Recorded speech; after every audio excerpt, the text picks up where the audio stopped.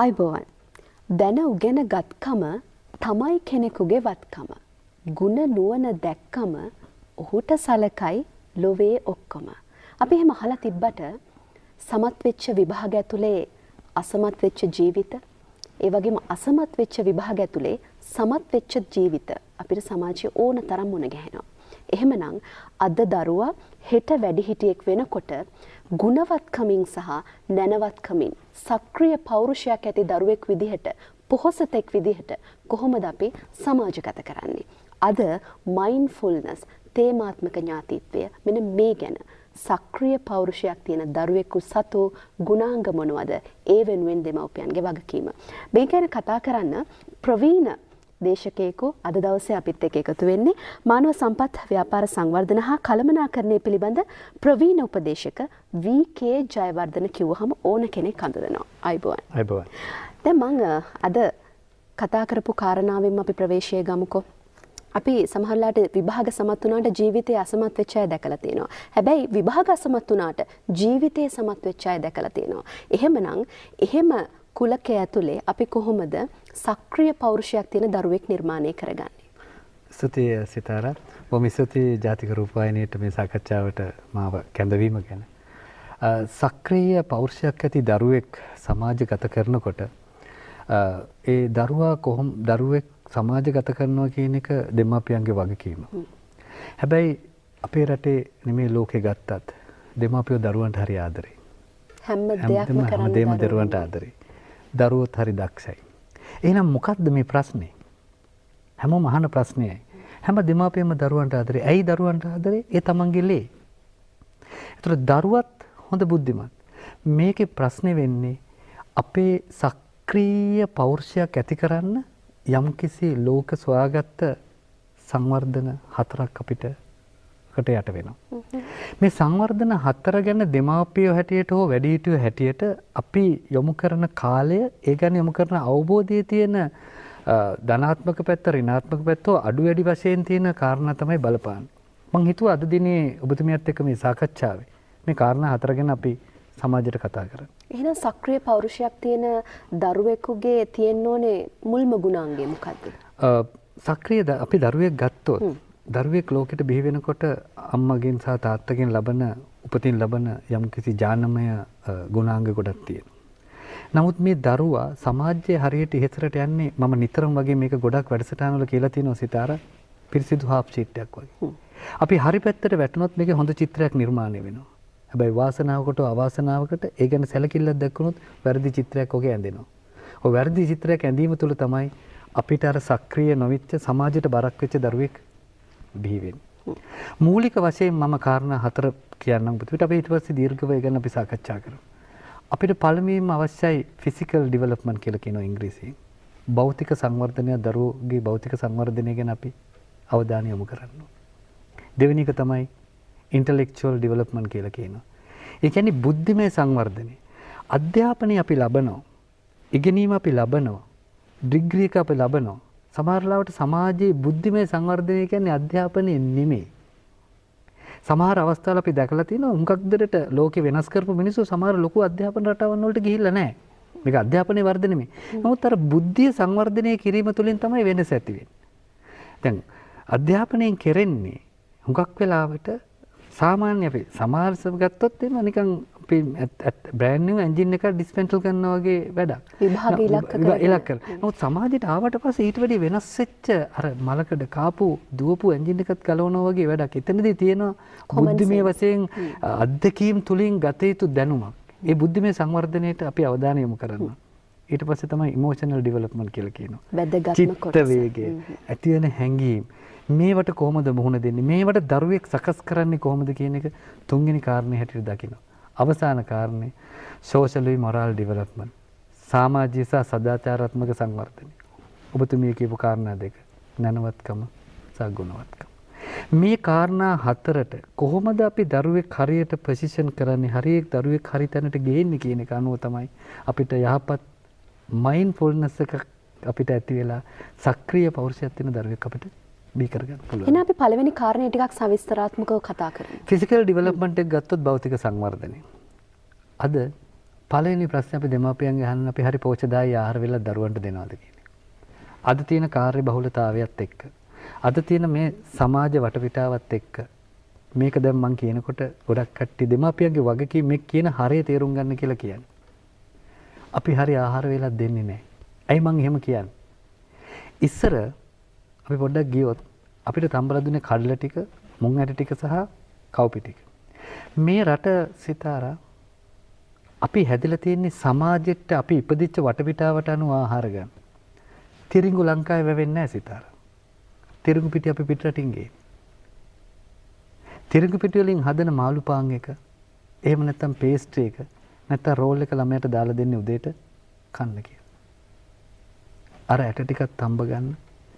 අපේ සිංහල ක්‍රමයට හැදිච්ච ඕ දේශීය වශයෙන් හැදිච්ච ආහාර වේලක් දරුවෙකුට දෙන්නේ. පෝෂණයක් නැහැ. හැබැයි හිතනවා දරුවව යොමු කරන්නේ කොහෙකට? ඔබතුමී දන්නවද අවුරුදු 35 40 වෙනකොට ලොකුම ප්‍රශ්නේ අපිට ළමයින් ලෙඩ රෝග කොටසකට කොච්චර ප්‍රමාණයකට මුහුණ පානවද කියලා. මේ රටේ කිරි ටික හරකගෙන් ලැබෙන කිරි ටික තිබුණේ. කිකිලගෙන් ලැබෙන බිත්තරේ තිබුණා. කරදිය මිරිදිය මසුන් අපිට තිබුණා. අපිට අපේ කුඹුරෙන් හැදෙන රතු හාල් ටික තිබුණා. කොයි වෙලාවද රතුබත් ටිකක් ළමයෙකුට දෙන්න. බාස්මති ටික ගෙනලා ෆ්‍රයිඩ් රයිස් එකක් හදලා දෙනවා. ලේසි හවසට හදන්න. අපි ළමයට හරි ආදරෙන් දෙන්නේ. රස කෑමක් දෙනවා. අපි ඒක කරන්නේ දෙමාපියෝ සතුටින්. නමුත් ඒකේ තියෙන විපාකයේ දරුවා විඳින්නේ අවුරුදු 30කට පස්සේ. එතකොට වැඩේ වෙලා ඉවරයි. වලකට වැහලා ගොඩ එනවට වැඩිය දන්නව වලේ නොවැටියන්. ඉතාල වැදගත්. දෙවෙනි එක ළමයෙකුට හරි නිින්දක් තියෙනවද? අද බලන්න කී වෙනකම් පාඩම් කරනවද කියලා. සිතාරා මට තරුණ දරුවෝ දෙන්නෙක් ඉන්නවා. එක දරුවෙක් අවුරුදු 21යි පිරිමි දරුවා මගේ. ගැහැණු දරුවා අවුරුදු 16යි. මම දෙමාපියෙක් හැටියට මේ தත්ත්වෙ විඳින්මින් යන තාත්තා කෙනෙක් හැටියට කතා කරා. මම මේ தත්ත්වයේ යථාර්ථය දකිනවා. මගේ දරුවන්ගේ යාළුවන්ගේ යථාර්ථය මම දකිනවා. මම මේ දරුවොත් එක්ක ජීවත් වෙන ගමන් දකින නිසායි මම මේ කියන්නේ. නැතුව මම මේක මේ පැත්තකට ගිහිල්ලා කියන ප්‍රකාශයක් නෙමෙයි. මමත් මේ සමාජයේ ජීවත් වෙන දෙමාපියෙක්. මේ தත්ත්වෙ විඳින දෙමාපියෙක්. මම මේ ආදරෙන් කියන්නේ. අත්දැකීමෙන් මම මේක කියන්නේ. මොකද මේක කවුරු හරි කිව්වොත් මේක යම් කිසි වශයෙන් මේක සිතට ගත්තොත් මයින්ඩ්ෆුල්නස් එකක් වුණොත් ඒක ගොඩක් වෙලාවට හොඳ තත්ත්වයකට බලපාන නිසා. දෙමාපියෝ සමහරට තර්ක කරනවා වෙන්න පුළුවන් නෑ. පාන්දර 3 වෙනකම් පාඩම් කරලා 3 ඉඳලා පැය 6ක් විතර නිදිනවා කියලා. නෑ. නිදාගත යුතු වෙලාවක් තියෙනවා. හැම දෙයකටම කාල වේලාවක් තියෙනවා. නැත්නම් ඉතින් උදේ 6 ඉඳලා දවල් 12 විතර නිදාගත්තත් හරිනේ. රෑ 10 වෙනකොට මේක නවත්තන්න ඕනේ. 10 ඉඳලා පාන්දර 5 වෙනකම් ඒ නිින්ද අවශ්‍යයි. වැඩ තියෙන එක ඇත්ත. කාල කළමනාකරණය අද අපි හරියට කරන්නේ නැහැ. දරුවන්ට මේක කියලා දෙන්නේ නැහැ. රෑ 10ට නිදාගෙන පාන්දර පොඩ්ඩක් ඉස්සර පාන්දර අපි නැගිට්ටා. දෙවෙනි එක ළමයි හරි කම්මැලි. ළමයි කම්මැලි කරලා තියෙන්නේ අපි. අර රාත්‍රී ආයකේ තව දෙයක් කියන්න ඕනේ. දැන් ටිකක් වයසකට ගිහලා තරුණාට පස්සේ මේ ඉන්ටර්නෙට් එක කරන විනාශය. මේක තාම අපේ සමාජයේ දැනලා නැහැ. රෑ 12න් පස්සේනේ ෆ්‍රී ඩේටා දෙනවා. මේ වෙලාවට ටිකක් ෆ්‍රී ඩේටා එකක් පාවිච්චි කරගන්න පුළුවන්. ළමයා ඉන්නවා ඉන්ටර්නෙට් එක ඩවුන්ලෝඩ් කරන්න මොන හරි කරන රෑ 12 වෙනකම්. ඉඳලා රෑ 1-2ට තමයි ළමයා නිදාගන්නේ. තරුණ ළමයි මන් දන්නවා විශ්වවිද්‍යාලවල ළමයි මේ වැඩේ කරනවා. සමහර කට්ටිය නිකන් ගේම් එක සෙල්ලම් කරන්න අනිත් වෙලාවට නැති නිසා ඒ වෙලාව වෙනකන් ඉන්නවා. මේක අපිට ලේසි පාසුයි වගේ තේරුණාට ළමයා විනාශ වෙන මුඛයකට තමයි මේ කියන්නේ. ඒක අපි හොඳින් තේරුම් ගන්න ඕනේ. ඊළඟ ළමයා අපි කම්මැලි කරනවා. දෙමාපියෝ හරි ආදරෙන් ළමයින්ට පොත් බෑග් එකත් ඉස්කෝලේ ගේට්ටුව ළඟට උස්සගෙන යනවා. දතුත් පුළුවන් නම් මැදලා දෙනවා කොච්චරයි ලොකු වුණා නම්. තමන්ගේ මේ පොඩි පොඩි වැඩ ළමයින්ට කරගන්න දෙන්නේ නැහැ. සපත්තු ටික පොලිස් කරගන්න දෙන්නේ නැහැ. පොත් ටික බෑග් එකට දාගන්න ළමයට දෙන්න ඕනේ. උදේ තමන්ගේ ඇඳුම් ටික සකස් කරගන්න දෙන්න ඕනේ. කැම පෙට්ටිය අම්මත් එක්ක එකතුලා බෑග් එකට දාගන්න ඕනේ. මේවා ළමයින්ට කරන්න දෙන්න නැතුව ළමයි කම්මැලි වෙනවා. ඊට පස්සේ ටික කාලයක් ගිහලා අපිම කෑ ගහන්න ගන්නවා ළමයින්ට මේ ළමයා හරි කම්මැලි නිදා ගන්නවා කියලා. අපි වේලාසනින් ආදර්ශමත් වෙලා ළමයා හරියට පාන්දර 5ට නැගිටලා ඒ ක්‍රමවේදය මේවා ඉස්සර කරපු දේවල්. පවුලේ 6-7 දෙනෙක් හිටපු නිසා අම්මට මේ ඔක්කොම බලන්න බැරි වුණා. අද මේ එක්කෙනෙක් දෙන්නෙක් ඉන්න නිසා මේ ප්‍රශ්නේ වෙන්නේ නැති. දෙමාපියෝ ආදරෙන් කරන්නේ කොණ්ඩෙත් පීරනවානේ. කොණ්ඩෙත් පීරලා බත් කටත් කවනවා. අනේ දෙයියනේ බත් කට කවන එක හරි ආදරේ දෙමාපිය කම්ම කෙනෙක් අපිත් හරි ආසයි බලයින්. නමුත් ළමයෙකුට තමන් අන්නලා කන්න එක හදලා දෙන එක තමයි ගොඩක් හොඳ. ඒතර කාලය කළමනාකරණය කරලා කන්න පුරුදු වෙනවා. යම්කිසි කාලයක් තුළ එයා හරි පිළිවෙලට කන්න පුරුදු වෙනවා. අපිට හදිසියලාට මෙයා තාම කාලා නැහැ බත් එක අත ගන්නවා කියලා කොච්චර කෑ ගහනවද? මේ සුළු දෙයක් මං කියන්නේ. ඉතින් මේ භෞතික සංවර්ධනය වැදගත්. ඒ වගේම තමයි ව්‍යායාම. තරුණ ළමයෙකුට ව්‍යායාම කර යුතුමයි.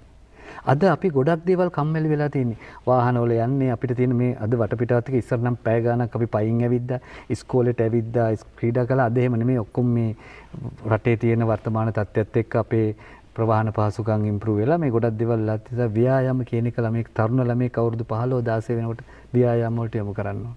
ක්‍රීඩාවට යොමු කරන්න. අඩු ගන්න එක ක්‍රීඩාවක් හරි කරන්න ඕන. ක්‍රීඩා කරන්න බැරි නම් අඩු ගන්න නැටුම් පන්තියකට හරිලා නැටුමක් හරි කරන්න ඕන.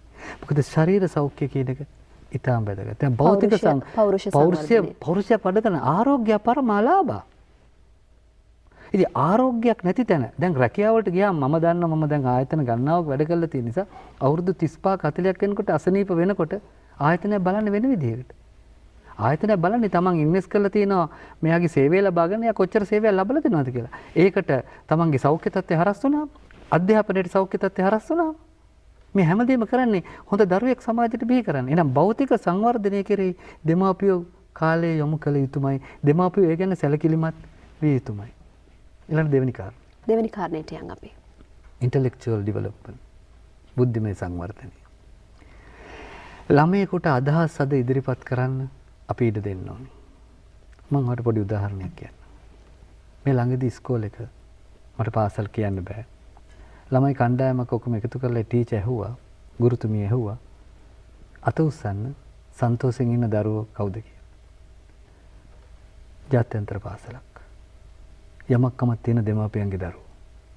මොනවයින්ද අඩු කියලා කෙනෙකුට හිතන්න පුළුවන්. මම මේ කියන්නේ ජාත්‍යන්තර පාසල් ගැන කතා කරන්නේ නෙමෙයි. මම මෙතන කියන්න හදන ගම්මි කරන්න හදන කාරණේ ඊට වැඩි වැදගත්.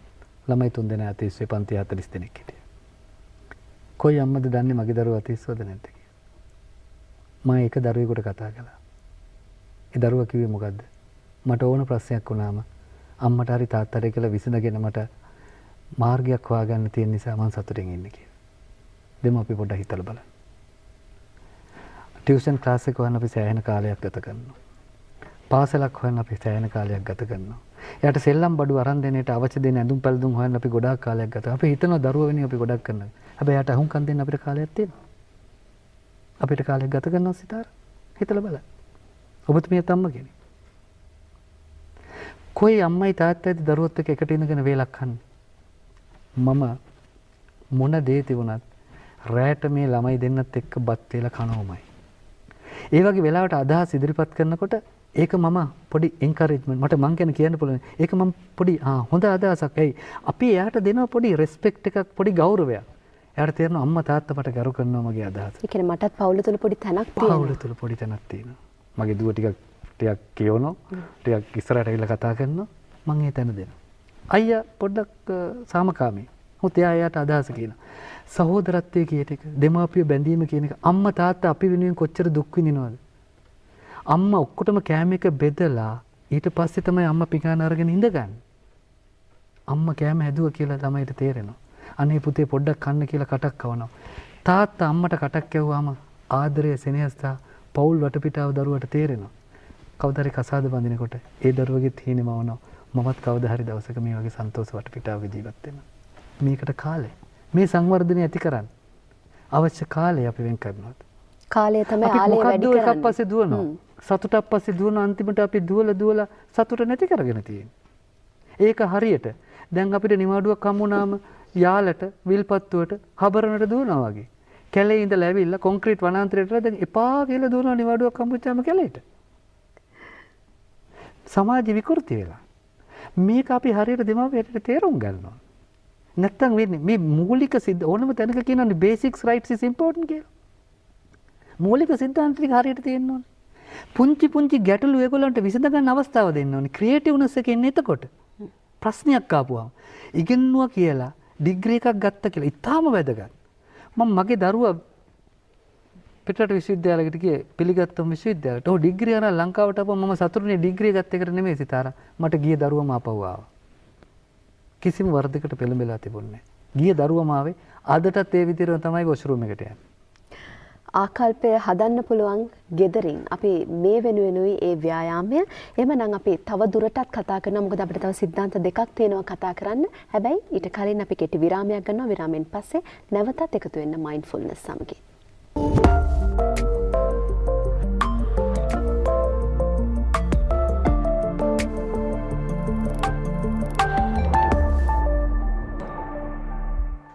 විරාමෙන් පස්සේ ඔබ නැවතත් මයින්ඩ්ෆුල්නස් සමගින් පුංචි දරුවෙක් ඉන්නවා පාසලේදී මෙයාව සංගීත කාමරයෙන් එළියට දානවා තාලෙට සින්දුවක්වත් කියාගන්න බෑ කියලා. හැබැයි මේ දරුවගේ අම්මා මේ දරුවව අතාරින්නේ නැහැ. එතන ඉඳන් ඒ දරුවට සංගීතය උගන්වනවා. අවසානයේදී ඒ දරුවා ලෝක ප්‍රසිද්ධ එල්විස් ප්‍රෙස්ලි නම් ගායකයා බවට පත් වෙනවා. දෙමව්පියන්ට පුළුවන් දරුවන්ගේ අනාගතයම වෙනස් කරන්න. හරිනේ. තෝමස් අල්වා එඩිසන්ත් ඒ වගේ. ඉස්කෝලෙන් එළියට දැම්ම බුද්ධිය නැහැ කියනවා. හැබැයි අද අපිට මේ සියලු එළිය ලැබිලා තියෙන ඕන නිසා. මේ මැදිරියේ මෙහෙම වැඩසටහන කරන්න බෑනේ මේ බල්බ් නැත්තන්නේ. මේ කවුද අත තිබ්බේ අම්මා. මේ ලෝකේ අම්මගේ අතේ තියෙන විශාල බලයක්. ඕන අම්ම කෙනෙක්. හැබැයි අම්මා මේක මාතෘ කේන්ද්‍රීයවිත පීතෘ මූලිකත්ව සමාජයක්. ලස්සන සමාජයක් අපිට තියෙනවා. හැබැයි දරුවා ඒ ආකාරයට අපි සකස් කරන්නේ. අම්මට තියෙන ලොකු කාර්යභාරයක් කරන්න පියාට වගේ. අපි ඊළඟ කාරණේට ගියොත් සිතාර. චිත්ත වේගී සංවර්ධනය. ඒ කියන්නේ ඉමෝෂනල් ඩෙවලොප්මන්ට්. ළමයින්ට හැඟීම් තේරුම් අරගෙන අපි ළමයින්ට පුරුදු කරන්න ඕනේ ඒවා ප්‍රකාශ කරන විදිය. ළමයින්ට ඕන විදියට හැඟීම් ප්‍රකාශ කරන්න ඉඩ දෙන්න බෑ. ඒක කන්ට්‍රෝල් කළා දෙමාපිය ඉස්සර අපිට කොහොමද හැසිරෙන්නේ? ගුරුවරු ඉස්සර අපිට කොහොමද හැසිරෙන්නේ? සමාජයේ ඉස්සර අපිට පෞරුෂයක් ඇති පුද්ගලයෙක් හැට සක්‍රීය පෞරුෂයක් ඇති පුද්ගලයෙක් හැටියට කොහොමද? මේ ගැන මයින්ඩ්ෆුල්නස් දෙන දෙමාපිය.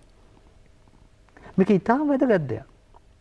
දැන් උදාහරණයකට මුගක් අපිටත් කේන්ති යනවා ළමයින්ටත් කේන්ති යනවා. ඇයි සිතාර අපිට කේන්ති යන්නේ? පිළිතුරක් නැති වුණාම අපිට එන ප්‍රශ්නෙට උත්තරයක් නැති වෙච්ච ගමන් කේන්ති යන්නේ. එහෙනම් කේන්ති අරගෙන කේන්තින හැඟීමෙන් එතන තියෙන ප්‍රශ්නේ තවත් අවුල් ජාලාවක් කරන එක නෙමෙයි වටින්නේ. ප්‍රශ්නෙට උත්තරයක් හොයාගන්න. ඒකයි මැචියුරිටි එක කියලා කියන්නේ. ඒක තේරුම් ගන්න තැන මයින්ඩ්ෆුල්නස් තියෙනවානේ. ඔව්. දැන් ප්‍රශ්නයකට උත්තරයක් එන්න සමහරවිට අපි ඉවසීම කියලා කියන්නේ එයා දන්නවා මේ ප්‍රශ්නේ විසඳෙන්නේ මේ වෙලාවේ. මේ ප්‍රශ්නේ විසඳෙන්න කාලයක් අවශ්‍යයි. දරුවට කියන්න ඕනේ ඕනම ප්‍රශ්නයකට උත්තරයක් තියෙනවා. මේ ලෝකේ ප්‍රශ්නයක් උත්තරයක් නැති ප්‍රශ්නයක් නැහැ. හැබැයි දරුවන්ට ඒක හොයාගන්න දෙමාපියන්ට ඇවිල්ලා දරුවෝ කියනකොට දරුවන්ට ඒක හිතන්න ඕනේ ක්‍රමවේදය දෙමාපියෝ කියලා දෙන්න ඕනේ. අපේ රටේ ඉන්න දෙමාපියෝ හරි බුද්ධිමත්. මං කියන්නේ කිසිම දෙමාපියෙක් බුද්ධිමත් නැහැ කියලා. දරුවෝත් බුද්ධිමත්. හැබැයි අපි ක්‍රමවේදය කියලා දෙන්නේ නැහැ. ඕන දෙයකට ක්‍රමවේදයක් තියෙනවා. කේන්තිය යන්නේ තරහ යනවා විතර නෙමෙයි කලකිරීමෙන් ඉන්නවා. කතා නොකර ඉන්නවා. ඇහුන්නේ වගේ ඉන්නවා. මගාරිනවා. මේ ඔක්කොම මේ Tamanට එන හැඟීම් කේන්තිය සහ Tamanට ප්‍රශ්නෙට උත්තර නැතුනම ළමයි කරන දේවල්. සමහරවිට පුතේ කොහමද කමක් නෑ අම්මේ කියනවා. හැබැයි අම්මට ටක් ගාලා තේරෙන්න ඕනේ මොකක් හරි වෙනසක් තියෙනවා මේකේ. ඉතින් එහෙම තේරෙන්න දරුවත් එක්ක නිතර ගැටෙන්න ඕනේ. දරුවා ගැන මෙහෙම බලාගෙන ඉන්න ඕනේ. අවුරුදු 21ක් 22ක් වෙනකම් මෙහෙම බලාගෙන හිටියේ නැත්තම් මේක ට්‍රැක් එකෙන් පිටපණින තියෙන කාලේ මොකද දැන් කම්පියුටර් යුගයෙන් ඩිජිටල් යුගයට ඇවිල්ලා ඉවරයි. දෙමාපියෝ තේරුම් ගත යුතු කාරණාවක් තියෙනවා. දැන් දෙමාපියෝ මොකද කරන්නේ? මාත් එක්ක තරහ වෙන්න එපා මේක කිව්වට. පුංචි කාලේ CD එකක් දාලා ළමයා ටීවී එක ඉස්සර අපිට නැටුමක් දාලා දෙමාපියෝ වෙන ලෝකෙක. දෙමාපියෝ කො හෑන්ඩ්ෆෝන් එකේ නැත්නම් තමන්ගේ වෙන වැඩක. ඊට පස්සේ ළමයා ටිකක් ලොකු වෙනවා. ඊට පස්සේ ළමයා කම්පියුටර් ගේම් එක ගහනවා. ඊට ළමයා කම්පියුටර් ගේම් එකට. ටික කාලෙකින් මේ ළමයා එළියට එනවා. හැබැයි ළමයා ගනුදෙනු කළේ මුළු ජීවිත කාලෙම අජීවී වස්තුවක් එක්ක. හිතක් පපුවක් නැති කෙනෙක් එක්ක. අපේ කාලේ අපි සෙල්ලම් කළේ අපේ සහෝදරයොත් එක්ක යාළුවොත් එක්ක. රණ්ඩු වෙනවා යාළු වෙනවා. තුවාල වෙනවා අම්මට හොරෙන් තුවාලේ වහගෙන එනවා. එක්ක අම්මා තාත්තට හොරෙන් බේත් ටිකක් දාලා පැත්තකට තියෙනවා. දැන් මොකද වෙලා තියෙන්නේ? අම්මට හරි පහසුයි ළමයා තිබ්බා ටීවී එක ඉස්සර අපිට දැම්ම CD එක. අවසන් ප්‍රතිඵලය ඊට පස්සේ මොකද වෙන්නේ? ආවට පස්සේ මේ දරුවා මොකද්ද? හරි ආත්මార్థකාමී. අනික් කෙනෙක් ගැන හැඟීමක් නැහැ. කවුද එතෙන්ට තල්ලු කළේ? තමන්ගේ ලේසිය බලලා එතෙන්ට තල්ලු කරනවා. දෙමාපියන්ගේ බුද්ධිමත්භාවයේ ප්‍රශ්නයක් නෙමෙයි. ඒවලට ඒ ලේසි පාසුව බලන්න එපා. අමාරුවෙන් කරගත්ත දෙයක් තමයි අපිට ඉතුරු වෙන්නේ. ඊළඟ කාරණේටත් අපි යමුද? සමාජ හා සමාජ සදාචාරාත්මක සංවර්ධනය. මේක ඊටාම වැදගත් දෙයක් සිතාර. අපි ළමයෙකුට සාර ධර්ම පද්ධතියක් කියලා දෙන්න ඕනේ. සාර ධර්මය කියන එක ළමයිට ඉගැන්වුවේ නැත්තම් ළමයින්ට යම්කිසි වැලියු සිස්ටම් එකක් ළමයි තුළට කාවත් ගන්න ඕනේ. ඒක ඊටා වැදගත්. මොකද හේතුව සාර ධර්ම පද්ධතියක් නැතුව හැදෙන දරුවා දෙමාපියන්ගේ වටිනාකම, ගුරුවරුන්ගේ වටිනාකම, සමාජයේ වටිනාකම දන්නේ නැහැ. ළමයින්ට සාර ධර්ම පද්ධතියත් එක්ක ළමයට දෙන්න ඕනේ ඉලක්කයක්. ළමයට ඉලක්කයක් දෙන්න ඕනේ. හැබැයි කාල වකවානුවක් එක්ක. මම මේක හැමතැනම කියලා තියෙනවා W3 ඩිසිප්ලින් එක ළමයින්ට පුරුදු කරන්න. මේක මම ගොඩාක් කියලා තියෙනවා. මාධ්‍යවල ගොඩක් කියලා තියෙනවා. මම මෙතනත් එක කියන්නම්. What has to be done, when has to be finished and who is responsible. මොකද්ද කරන්න තියෙන්නේ? කවද්ද මම මේක ඉවර කරන්නේ? කවුද මේකට වග කියන්නේ? ළමයට පුංචි කාලේ ඉඳලා වගකීම දෙන්න. සාරධර්ම පද්ධතියකින් තමයි අපේ සමාජය දියුණු කරන්න පුළුවන්. දෙමාපියෝ ඔතනදී තර්ක කරනවා වෙන්න පුළුවන් අපේ මේ හැම වත්කමක්ම අපේ දරුවෝ වෙනුවෙන් අපිට වෙන කවුද ඉන්නේ? බැංකු පොත්වල මෙච්චර තියෙනවා මේ දේපොළ මෙහෙමයි කියලා. හැබැයි දරුවෙකුට දෙන්න පුළුවන් හොඳම වත්කම මොකද්ද? නැනවත්කම, ගුණවත්කම. බොහොම වටින හරවත් සාකච්ඡාවක් අද දවසේ මයින්ඩ්ෆුල්නස් වලින් අපි කළේ. අපිත් එක්ක එකතු වුණේ මානව සම්පත් ව්‍යාපාර සංවර්ධන හා කළමනාකරණය පිළිබඳ ප්‍රවීණ උපදේශක වී.කේ. ජයවර්ධන මහත්මයා. ජීවිත කළමනාකරණය ගැනයි මේ කතා කළේ. ජය වර්ධනය කරගන්න හැටි ගැනයි මේ කතා කරේ. මෙතනින් එහාට යම් කිසි ගැටලුවක් තියෙනවා නම් කොහොමද සම්බන්ධ කරගන්නේ කියලා ඔබ බලයි. සටහන් කරගන්න මේ දුරකථන අංකය 077යි 358යි 0244 077යි 358යි 0244. අද වැඩසටහන බොහොම හරවත් වගේම ඉදිරියේදී තවත් වෙනස් මාතෘකාවක් එක මුණ ගැහෙන්නයි අපේ නම් බලාපොරොත්තුව. එහෙමනම් සමුදෙනවා. අයබෝවන්. අයබෝවන්. බොහොම ස්තුතියි. හොඳයි එහෙමනම් අපි ඔබට සතිමත් සතියක් ප්‍රාර්ථනා කරමින් අද මයින්ඩ්ෆුල්නස් තුලින් සමුගන්නේ එන සිකුරාදාත් හරියටම 7:00ට මුණ ගැහෙන බලාපොරොත්තු වෙන. අයබෝවන්.